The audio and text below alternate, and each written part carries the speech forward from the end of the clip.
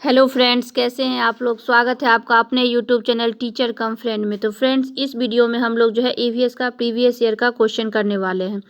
ठीक है, ईवीएस में जो क्या होता है 30 नंबर का क्वेश्चन पूछा जाता है पेपर 1 में। ठीक है, उसमें 50 नंबर एनसीईआरटी से होता है और 50 नंबर का पेडागोजी होता है। तो फिर ये जो है हम लोग जो है सीटेट का 30 क्वेश्चन जो है 15 क्वेश्चन मैं कल के वीडियो में करा चुकी हूँ और बाकी का जो 15 क्वेश्चन है वो मैं आज कराऊंगी। तो चलिए आइए देखते हैं हम लोग क्वेश्चन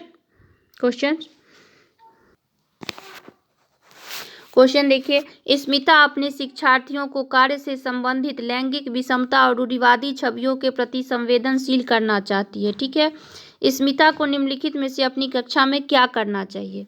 ऑप्शन देखिए, रूढ़िवादी मॉडलों को छात्रों को प्रस्तुत करे।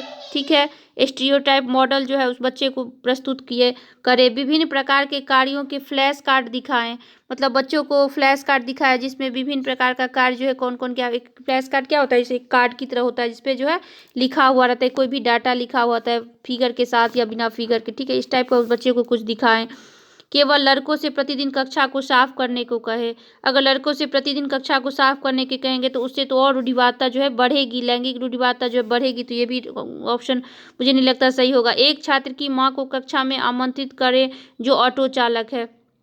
ठीक है, तो इसका राइट ऑप्शन हो जाएगा फ्रेंड्स 4। ठीक है, एक छात्र की मां को कक्षा में आमंत्रित करे जो कि ऑटो चालक है। ठीक है, एक मतलब उसको जो एक छात्र की मां को जो अगर हम कक्षा में आमंत्रित करेंगे और जो कि ऑटो चलाती है तो उससे बच्चे क्या सीखेंगे कि मतलब आज के दौर में जो है लैंगिक रूढ़िवादिता जो है ये लैंगिक विषमता जो है कुछ भी नहीं है। कोई क्या लड़कियां भी बहुत सारे काम कर सकती हैं जो कि लड़के कर सकते हैं। ठीक है, क्योंकि एक लेडी होके जो है वो ऑटो जब चला सकती हैं तो कोई भी मतलब कोई भी लड़की या लड़के कोई भी ये नहीं है, दोनों में डिफरेंस नहीं है, सब कुछ कर सकता है दोनों। ठीक है, चलिए नेक्स्ट क्वेश्चन हम लोग देखते हैं।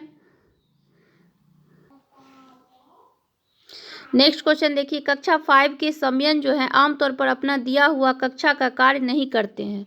मुद्दे को हल करने का सबसे अच्छा उपाय क्या हो सकता है। ठीक है, ऑप्शन देखिए, उसकी कठिनाई का देखिए एक कोई कक्षा 5 का एक स्टूडेंट है। ठीक है, समयन जो कि अपना कक्षा का कार्य नहीं करता है। ठीक, इसके लिए जो है क्या करना ठीक रहेगा। देखिए ऑप्शन देखिए, उसकी कठिनाई का पता लगाने और उसके अनुसार कक्षा कार्य को समायोजित करने के लिए उससे बात करें।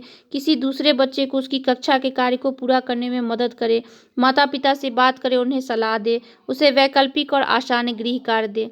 देखिए अगर उसे वैकल्पिक और आसान गृह कार्य दे देंगे तो फिर बच्चा का लर्निंग कैसे होगा, वो कुछ कैसे सीख पाएगा। जब हम उसको गृह कार्य क्यों दिया जाता है, गृह कार्य होमवर्क या क्लास वर्क क्यों दिया जाता है, बच्चों को सिखाने के लिए, कुछ सिखाने के लिए दिया जाता है।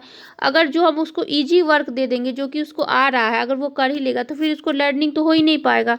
ठीक है, तो ये तो नहीं होगा। माता पिता से बात करें और उन्हें सलाह दे।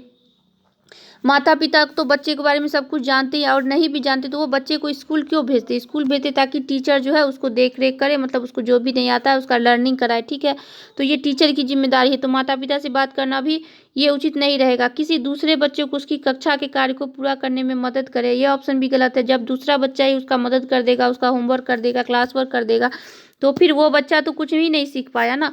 इसलिए इसका राइट ऑप्शन हो जाएगा ऑप्शन नंबर 1। देखिए उसकी कठिनाइयाँ का पता लगाने, बच्चे होमवर्क बच्चा क्यों नहीं कर रहा है उसके बारे में आप उसको पता करिए कि बच्चा क्यों नहीं कर पा रहा है, उसको क्या दिक्कत है, उसको करने का मन नहीं है, उसको समझ में नहीं आ रहा है या फिर उसको क्या प्रॉब्लम है। ठीक है, उसको पता लगाना है और फिर उसके अनुसार जो है उससे बातचीत करके जो है उस मैटर को जो है सॉल्व करना है। ठीक है, तो इसलिए इसका राइट ऑप्शन ऑप्शन नंबर 1 हो जाएगा।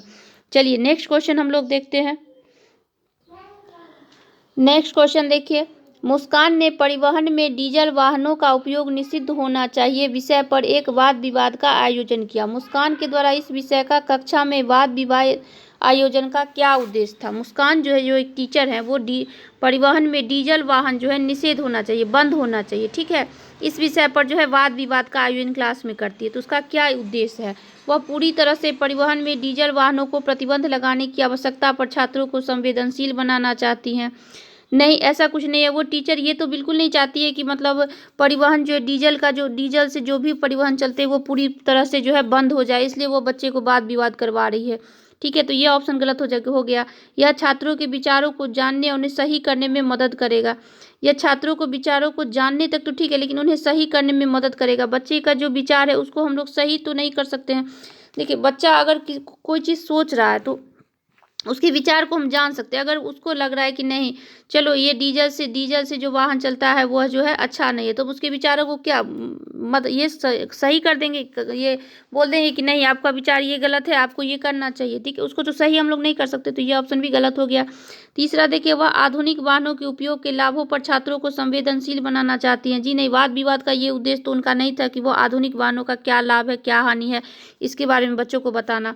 यह इस मुद्दे पर छात्रों को कई दृष्टिकोणों की सराहना करने में मदद करते हैं, ठीक है। यह इस मुद्दे पर छात्रों को कई दृष्टिकोणों की सराहना करने में मदद कर। देखिए, वाद विवाद क्यों रखा जाता है? वाद विवाद इसलिए रखा जाता है कि हर बच्चे का अपना अपना ये निकल के आए कि वो किसका क्या दृष्टिकोण है, ठीक है। तो जब वाद विवाद होगा तो इस पर हर बच्चे का जो है दृष्टिकोण निकल के आएगा, उसे जो है कुछ सीखने को मिलेगा और सब बच्चा एक दूसरे का कुछ सीखेंगे और सबके दृष्टिकोण को हम लोग जान सकेंगे, ठीक है। इसके राइट ऑप्शन हो जाएगा ऑप्शन नंबर 4, ठीक। चलिए नेक्स्ट क्वेश्चन हम लोग देखते हैं। अगला क्वेश्चन है हम लोग का ईवीएस में मानचित्रण कौशल। ईवीएस में जो है मानचित्रण कौशल जो है वो क्यों होता है? लैंडस्केप खींचने के कौशल को विकसित करता है, पूर्वानुमान और गणना के कौशल को विकसित करता है, रिकॉर्डिंग कौशल को विकसित करता है, या स्थानों की सापेक्ष स्थिति के समझ को विकसित करता है। तो ऑप्शन नंबर 4 देखिए फ्रेंड्स, स्थानों की सापेक्ष स्थिति के समझ को विकसित करता है। देखिए ईवीएस में मानचित्र जो होता है, देखिए कोई भी चीज़ अगर हमको मैप में देखना रहता है, चलो दिल्ली कहाँ है, चलो पटना कहाँ है, ये कुछ भी अगर हमको देखना रहता है तो हम लोग क्या करते हैं, मैप देखते हैं, ठीक है। मैप के थ्रू हम लोग जानते हैं कि यहाँ पे ये है, यहाँ पे ये समुद्र है, यहाँ पे ये जगह है, ठीक। तो ये क्या करता है, ईवीएस में मानचित्रण जो है वो क्या है, स्थानों की सापेक्ष जो स्थिति के समझ को जो है विकसित करता है। तो इसका राइट ऑप्शन 4 हो जाएगा, ठीक है। मैप से फ्रेंड्स 1 से 2 नंबर का क्वेश्चन अवश्य ईवीएस में पूछा जाता है, तो मैप तो आप लोग हमेशा देखते रहिएगा कभी कभी निकाल के कि कहाँ पे क्या है, ठीक। चलिए नेक्स्ट क्वेश्चन हम लोग देखते हैं। नेक्स्ट क्वेश्चन हम लोग का ईवीएस की एकीकृत प्रकृति सहायक है। ईवीएस की एकीकृत प्रकृति क्या होता है? ईवीएस की एकीकृत प्रकृति मतलब एक ही विषय में जो है सब कुछ को जोड़ के बच्चे को हम लोग सिखाते हैं। छोटा बच्चा क्या होता है, छोटा बच्चा जो है सो ये साइंस अलग से, सोशल साइंस अलग से, ये सब कुछ अलग अलग से पढ़ना जो है वो लोग नहीं समझ पाता है, क्योंकि उसका बौद्धिक विकास उतने अच्छे से नहीं हुआ रहता है, उसको इतना अच्छा से मतलब ये बुद्धि का विकास नहीं बढ़ता, वो सब कुछ को अपने अलग अलग साइंस सोशल साइंस ये सब नहीं पढ़ सकता है। तो इसलिए हम लोग क्या करते हैं, छोटे बच्चों को 5 क्लास तक क्या होता है, ईवीएस पढ़ाया जाता है। और ईवीएस का जो पाठ्यक्रम है वो एकीकृत प्रकृति का है, उसी में सब कुछ को मिला के साइंस सोशल साइंस सबको मिला के पढ़ाया जाता है, ठीक है। तो यही पूछ रहा है कि ईवीएस की जो एकीकृत प्रकृति है वो किस चीज़ में सहायक है। ऑप्शन देखिए, पाठचर्या के भार को कम करने और विशिष्ट प्रकरणों को पेश करने में। तो पाठचर्या के भार को तो कम करती है, लेकिन विशिष्ट प्रकरणों को पेश करने में, ठीक है। कोई स्पेसिफिक टॉपिक जो है हम लोग बच्चे को नहीं पढ़ाते हैं, ये ईवीएस के थ्रू ये नहीं है कि ईवीएस का काम इतना है कि मतलब जो है कोई विशिष्ट जो है टॉपिक को जो है बच्चे को पढ़ा सके, इसके लिए ये नहीं है, ठीक है। तो ये हम लोग का गलत हो गया। पाठचर्या के भार को कम करने और शिक्षार्थियों को सार्थकता पूर्वक सिखाने में, ये राइट है। पाठचर्या के भार को कम करता है, ठीक है, और शिक्षार्थियों को सार्थकता पूर्वक सिखाता है, मीनिंगफुल सिखाता है, ठीक है। सार्थकता पूर्वक इसलिए सिखाता है, ये जो है सो आसपास के वातावरण से जोड़ के जो है ईवीएस में जो है बच्चे को कुछ भी सिखाया जाता है, तो ये हम लोग का राइट हो जाएगा। तीसरा देखिए, शिक्षार्थी केंद्रित उपागम का पालन करने और संकल्पनाओं की अधिक संख्या का परिचय देने में। शिक्षार्थी केंद्रित तक तो ठीक था, लेकिन संकल्पनाओं की अधिक संख्या का परिचय देने में, ठीक है। इसके लिए नहीं करते हैं कि लार्ज मतलब ज़्यादा से ज़्यादा जो है हम लोग को उस कॉन्सेप्ट जो है ईवीएस में जो है छोटा बच्चा को ज़्यादा से ज़्यादा हम लोग क्या कॉन्सेप्ट सिखा सकते हैं, वो तो मतलब उतना उसको नहीं रहता है ज्ञान जो वो सीख सके। तो इसलिए जो है ये ऑप्शन भी हम लोग का गलत हो गया। दी गई सूचना और विवरणों को सीखने में, तो बुक में जो भी दिया गया सूचना और विवरण है उसको जो है बच्चे को जो हमको सिखाना है वो प्रोवाइड करना है, तो ये भी इसका गलत ऑप्शन हो जाएगा। तो इसका राइट ऑप्शन फ्रेंड्स 2 हो गया। पाठचर्या के भार को कम करता है, शिक्षार्थी को सार्थकता पूर्वक सिखाता है, ठीक है। ईवीएस का एकीकृत प्रकृति जो है ये मदद करता है इसमें। चलिए नेक्स्ट क्वेश्चन हम लोग देखते हैं। नेक्स्ट क्वेश्चन देखिए, निम्नलिखित में से क्या ईवीएस में आकलन का एक व्यापक संकेतक नहीं है? ईवीएस का जो असेसमेंट करते हैं हम लोग, आकलन जो करते हैं, उसमें क्या जो है एक व्यापक संकेतक नहीं है? सहयोग, हाँ है, सहयोग है। हम सहयोग देखते हैं कि हाँ बच्चा का आकलन जब करते हैं तो ये देखते हैं। न्याय के प्रति सरोकार, ये ऑप्शन भी सही है, इसको भी देखते हैं हम लोग। समानता के प्रति सरोकार, ये भी हम लोग चेक करते हैं, ठीक है। अवधारणा मानचित्रण, ये जो है ईवीएस का जो आकलन करते हैं उसमें अवधारणा मानचित्रण जो है हम लोग नहीं करते हैं, ठीक है। तो इस ये जो है इसका गलत हो जाएगा ऑप्शन। तो देखिए क्वेश्चन जो है निगेटिव है, नहीं में पूछा है, तो हम लोग का ये जो 4 नंबर ऑप्शन है वो जो है सही हो जाएगा, क्योंकि ऑप्शन क्वेश्चन निगेटिव में है तो आंसर भी निगेटिव में ही होना चाहिए। ठीक है, तो ऑप्शन नंबर 4 हम लोग का सही हो गया। चलिए नेक्स्ट क्वेश्चन देखिए। नेक्स्ट क्वेश्चन है हम लोग का, कुछ हजार साल पहले भारत में तालाबों के निर्माण के अल बिरूनी के अवलोकन के आधार पर कक्षा 5 के ईवीएस के पाठ्य पुस्तक में एक अनुच्छेद है। ठीक है, इस अनुच्छेद को शामिल करने का क्या उद्देश्य होगा? ठीक है, ऑप्शन देखिए, यह इतिहास के स्रोतों की पहचान करने में शिक्षार्थियों की मदद करता है, यह शिक्षार्थियों को उनके अवलोकन की रिकॉर्डिंग में सुधार करने में मदद करता है, यह शिक्षार्थियों को कुछ 1000 साल पहले भारत में मौजूद तकनीकी की सराहना करने में मदद करता है, यह शिक्षार्थियों को इतिहास में साक्ष्य की भूमिका की सराहना करने में मदद करता है। आइए सबसे पहले मैं अल बिरूनी का जो क्लास 5 का ईवीएस के बुक में जो दिया हुआ है, इनका जो अनुच्छेद है वो मैं आप लोग को दिखाती हूँ पहले। ये भी बहुत ही इंपॉर्टेंट है, ईवीएस में पूछा जाता है। देखिए ये ईवीएस की बुक का कटिंग है। देखिए इसमें अल बिरूनी की नज़र से देखिए, पढ़िए इसको। 1000 से भी ज़्यादा साल पहले एक यात्री भारत आए। ठीक है, एक यात्री जो है भारत आए, इनका नाम था अल बिरूनी। ठीक, अल बिरूनी जिस देश से आए थे उसे आजकल उज्बेकिस्तान कहते हैं। ये क्वेश्चन भी एक पूछा जा सकता है कि अल बिरूनी जहाँ से आए थे वह कौन थे, तो मतलब वो कहाँ से आए थे, तो वह उज्बेकिस्तान से आए थे। ठीक है, अल बिरूनी ने बहुत ही बारीकी से चीज़ों और जगहों को देखा और उनके बारे में लिखा, खास तौर पे वे जो उन्हें अपने देश से अलग लगी। ठीक है, चलो देखें कि अल बिरूनी उस समय के तालाबों के बारे में क्या लिखते हैं।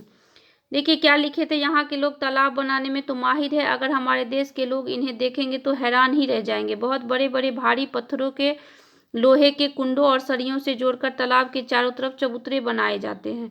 इन चबूतरों के बीच में ऊपर से नीचे जाती हुई सीढ़ियों की लंबी कतारें होती हैं। लोगों को उतरने और चढ़ने के रास्ते अलग अलग होते हैं। यहाँ कभी भीड़ लगने में परेशानी नहीं होती है। ठीक है, आज इतिहास पढ़ने वाले लोगों को अल बिरूनी की किताबों से उस जमाने के बारे में बहुत कुछ पता चलता है। ठीक है, क्या पता चलता है, तो बहुत कुछ पता चलता है। अब आइए हम लोग अपने क्वेश्चन पे चलते हैं। अब आप इसका आंसर जो है आसानी से दे सकते हैं। देखिए, यह इतिहास के स्रोतों की पहचान करने में शिक्षार्थियों की मदद करता है। हाँ, आप लोग अभी पढ़े हैं कि यह इतिहास के स्रोतों से जो शिक्षार्थियों को मदद करता है। यह शिक्षार्थियों को उनके अवलोकनों में रिकॉर्डिंग में सुधार करने में मदद करता है। नहीं, यह शिक्षार्थियों को कुछ 1000 साल पहले भारत की मौजूद तकनीकी की सराहना करने में मदद करता है। ठीक है, यह शिक्षार्थियों को इतिहास में साक्ष्य भूमिका की सराहना करने में मदद करता है। ठीक है, देख लिए, तो ये हम लोग का ऑप्शन क्या सही हो गया, ए सी डी सही हो गया। ठीक है, तो हम लोग का राइट ऑप्शन क्या हो जाएगा, ए सी डी। हम लोग का ऑप्शन नंबर 2 जो है वो राइट हो जाएगा। ठीक है, ऑप्शन नंबर 2 जो है वो राइट हो जाएगा, ए सी डी, और जो ए और सी और डी जो है वो सही है। चलिए नेक्स्ट क्वेश्चन देखते हैं हम लोग। अगला क्वेश्चन है हम लोग का, अपनी कक्षा में 50 से अधिक छात्रों के साथ वानी उन्हें एक ऐसी गतिविधि से जोड़ना चाहती है जिसमें सीखने को बढ़ाने के लिए अधिकतम संख्या में इंद्रियां शामिल हो। ठीक है, निम्न में से कौन सा क्रियाकलाप उपरोक्त कार्य के लिए ठीक रहेगा? ठीक है, तो कौशलों के प्रदर्शन के लिए समुदाय से संबद्ध व्यक्तियों को आमंत्रित करना, नहीं, समूह चर्चा को प्रोत्साहित करना, नहीं, इन उचित एवी साधन के लिए स्मार्ट कक्षा का उपयोग करना, ये भी नहीं होगा। नज़दीक के स्थान के लिए क्षेत्र भ्रमण का आयोजन करना, ये राइट ऑप्शन हो जाएगा। फ्रेंड्स देखिए क्या बोला है कि अपनी कक्षा में 50 से, वानी जो एक टीचर है वो 50 से अधिक बच्चों को जो है मतलब ये कुछ सिखाने के लिए जो है, ठीक है, ऐसे कुछ सिखाना, ऐसे इस ढंग से सिखाना चाहती हैं जिसमें कि ज़्यादा से ज़्यादा संख्या में इंद्रियां हो, सेंसेज हो। ठीक है, नंबर ऑफ सेंसेज हो। ठीक है, इसकी नंबर ऑफ सेंसेज की बात की गई है, इसलिए हम लोग का ऑप्शन नंबर 4 जो है वो राइट हो जाएगा। ठीक, चलिए नेक्स्ट क्वेश्चन देखते हैं। नेक्स्ट क्वेश्चन है हम लोग का, इकरा अपने शिक्षार्थियों को ईवीएस में समाचार पत्र और पत्रिकाओं को पढ़ने के लिए प्रोत्साहित करती हैं। इकरा जो टीचर है वो अपने बच्चों को जो क्या करती हैं, ईवीएस की क्लास में जो समाचार पत्र और पत्रिकाओं को पढ़ने के लिए प्रोत्साहित करती है। ठीक है, तो इसका ऑप्शन देखिए, ये मनोरंजक संसाधन उपलब्ध है, ये शिक्षार्थियों को उनके अपने संसार से जुड़ने में सहायता करता है, यह शिक्षार्थियों को स्वतंत्र बनाने में सहायता करता है, यह शिक्षार्थियों को प्रतिस्पर्धी बनाता है। देखिए फ्रेंड्स, ऑप्शन नंबर 2 देखिए, ऑप्शन नंबर 2 देखिए, समाचार पत्र, न्यूज़पेपर वगैरह क्यों पढ़ा जाता है? वो क्या, आप आसपास में, आपके आसपास में क्या घटनाएं हो रही है, कहाँ पे क्या हो रहा है, क्या नहीं हो रहा है, इसके बारे में हमको जानकारी मिलती है। ठीक है, तो ये शिक्षार्थियों को उनके अपने संसार से जुड़ने में सहायता करता है। ये ऑप्शन राइट हो गया, क्योंकि बच्चा जो है, बच्चा को क्यों बोला जाता है समाचार पत्र पढ़ने, कि वह उससे अपने संसार के आसपास की चीज़ों में क्या हो रहा है नहीं हो रहा है उससे वह जुड़ सके, ठीक है, इसलिए। चलिए नेक्स्ट क्वेश्चन देखिए। नेक्स्ट क्वेश्चन है हम लोग का, पर्यावरण अध्ययन में प्रश्न करने के लिए एक युक्ति के रूप में उपयोग किया जाता है, ठीक है। पर्यावरण ईवीएस क्लास में जो है प्रश्न करना, जो किसी ईवीएस क्लास में प्रश्न कोई टीचर जो करता है वो क्यों करता है, ठीक है। अनुशासन को बनाए रखने के लिए, ध्यान खींचने के लिए, नियमों के पालन को बढ़ावा देने के लिए, या कक्ष में जिज्ञासा को बढ़ाने के लिए, ठीक है फ्रेंड्स। तो ईवीएस ही नहीं बल्कि हर क्लास में, किसी भी क्लास में, ठीक है, किसी भी क्लास में बच्चे से जो है क्वेश्चन जो पूछा जाता है उससे क्या होता है कि बच्चे में जो है क्यूरियोसिटी रहती है, ठीक है, क्यूरियोसिटी बनी रहती है, बच्चों को जानने का जो है जिज्ञासा जो है बना रहता है, ठीक है। इसलिए क्लास में जो क्या करता है, बीच बीच में जो है क्वेश्चन, टीचर को जो है बीच बीच में क्लास में जो है क्वेश्चन पूछते रहना चाहिए। उससे क्या होता है, बच्चा एक्टिव भी रहता है, एक्टिव होकर कुछ सीखता है, ठीक है, उसमें जिज्ञासा बनी रहती है, ठीक है। तो इसका ऑप्शन नंबर 4 जो है वो राइट हो जाएगा। कक्ष में जिज्ञासा को बढ़ाने के लिए जो है क्वेश्चन जो है पूछा जाता है। चलिए नेक्स्ट देखते हैं हम लोग। नेक्स्ट क्वेश्चन देखिए, नीचे दिए गए कौन से एक राज्य में तुरंग का अर्थ जंगल है। ऑप्शन देखिए, असम, उड़ीसा, मिजोरम, झारखंड, ठीक है। तो झारखंड में जो है तुरंग का अर्थ जो है जंगल है, ठीक है। चलिए नेक्स्ट क्वेश्चन हम लोग देखते हैं। अगला क्वेश्चन देखिए, आपका घर X पर स्थित है जहां आपका विद्यालय Y पर स्थित है। यद्यपि आपका विद्यालय ठीक सामने है, परंतु बीच में व्यस्त राजमार्ग होने के कारण आप सीधे नहीं जा सकते हैं। अतः पहले आप ठीक, देखिए ये रीजनिंग का क्वेश्चन हो गया है, ठीक है, या रीजनिंग दे दिया है ईवीएस में। तो देखिए सबसे पहले क्या बोल रहा है कि आप X पर स्थित हैं तथा आपका विद्यालय Y पर स्थित है। यदि आपका विद्यालय ठीक सामने है परंतु बीच में व्यस्त राजमार्ग होने के कारण आप सीधे नहीं जा सकते, अतः पहले आप ठीक दक्षिण में 125 मीटर दूर जाते हैं, ठीक है। मान लीजिए आपका घर जो है ये X पे स्थित है, ठीक, X पे स्थित है। तो पहले क्या बोला है, आपको दक्षिण जाने के लिए बोला है, ठीक। तो दक्षिण आप गए, पहले दक्षिण गए, ठीक है। कितना जाना है, तो 125 जाना है। फिर ठीक पूर्व में जाना है, ठीक। तो फिर जो है हम लोग ईस्ट घूम जाते हैं और पूर्व में जाते हैं। यहाँ पे कितना जाना है, तो 100 मीटर जाना है, ठीक। यहाँ पे कितना जाना है, 100 मीटर जाना है। और अंत में आप ठीक उत्तर में घूम जाते हैं। फिर जो है बोला है उत्तर घूम जाना है, ठीक। उत्तर में कितना जाना है, तो 125, जो इधर है 125 वही इधर भी 125 जो है फिर जाना है। और आप जो है वाई पे पहुंच गए, ठीक है। आप जो है यहाँ पे स्कूल पहुंच गए, ठीक। तो अब क्वेश्चन देखिए हम लोग का क्या पूछ रहा है कि वाई पर विद्यालय के सापेक्ष एक्स पर आपका घर कहाँ स्थित है, ठीक है। क्वेश्चन पूछ रहा है कि वाई के सापेक्ष जो है आपका घर जो है एक्स जो है वो कहाँ पर स्थित है। तो कहाँ पर स्थित है, तो सबसे पहले तो यहाँ से यहाँ देखिए, तो ये जो है पश्चिम में स्थित है, ठीक है। एक्स सबसे पहले कहाँ स्थित है, एक्स जो है कहाँ स्थित है,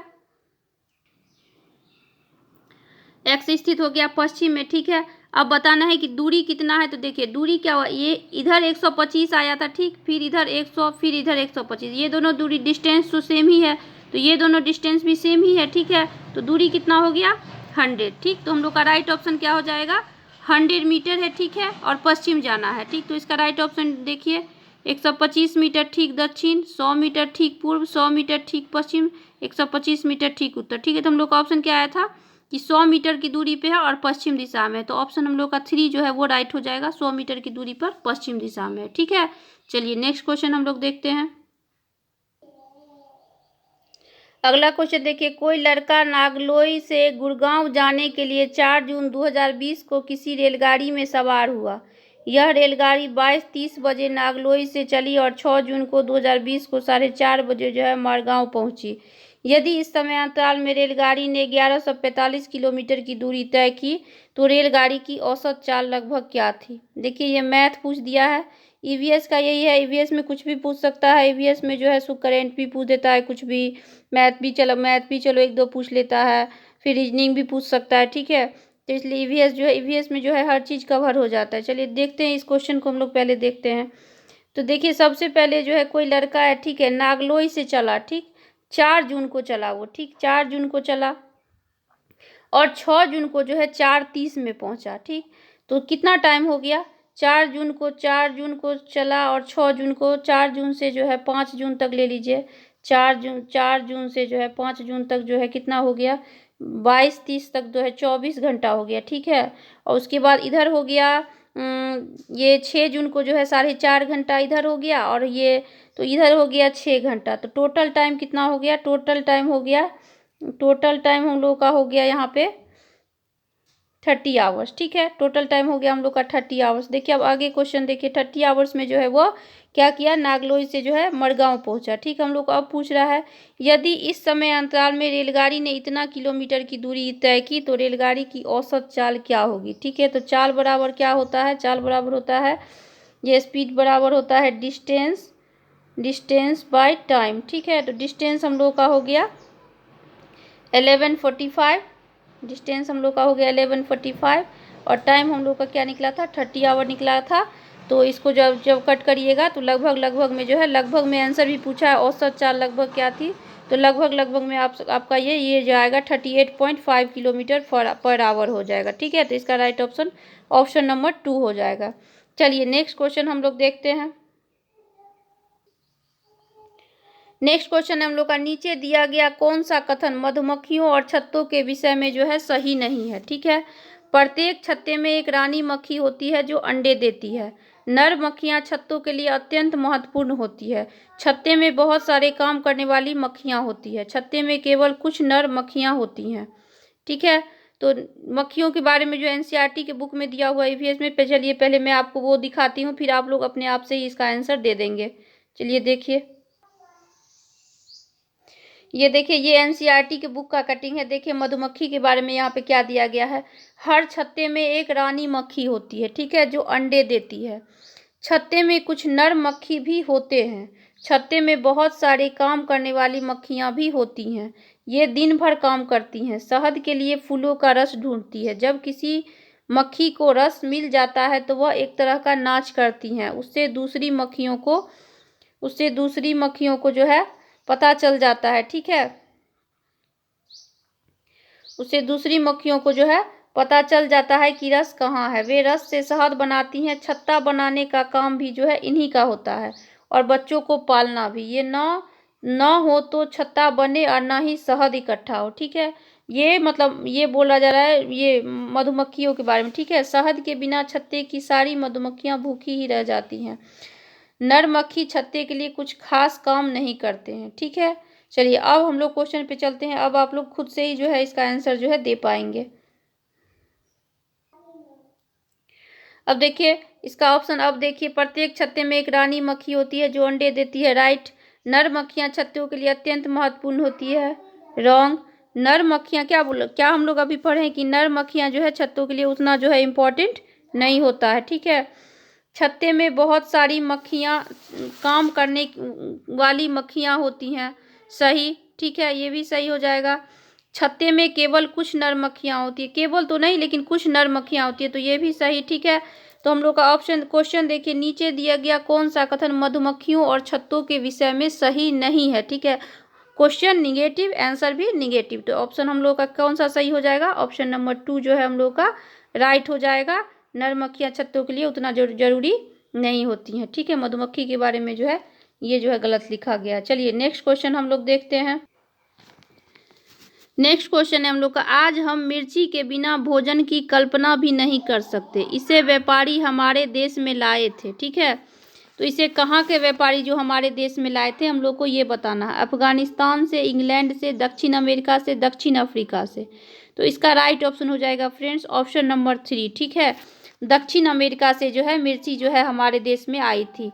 चलिए मैं आपको और भी कुछ दिखाती हूँ, जो कौन सा जो है जैसे मिर्ची हुआ या कोई सब्जी हुआ वो कहाँ कहाँ से आया। चलिए देखिए,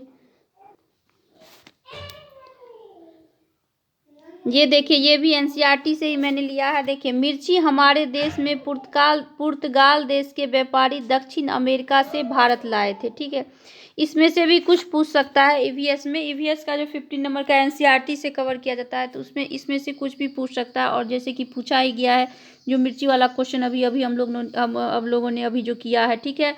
तो दक्षिण अमेरिका से क्या आया था, मिर्ची और टमाटर, ठीक है। अफ्रीका से जो है कॉफ़ी और भिंडी, ठीक। यूरोप से गोभी और मटर, असम से जो है चाय, चीन से जो है सोयाबीन, और ये बैगन, मूली, सेम, करेला, आम, संतरा, बेर, केला, परवल, टिंडा और मेथी, ये सब जो है ये सब देसी है, ठीक है। चलिए तो फ्रेंड्स, आपको अगर ये वीडियो अच्छी लगी हो तो प्लीज़ चैनल को सब्सक्राइब कर लीजिएगा, वीडियो को लाइक कर दीजिएगा। Thank you.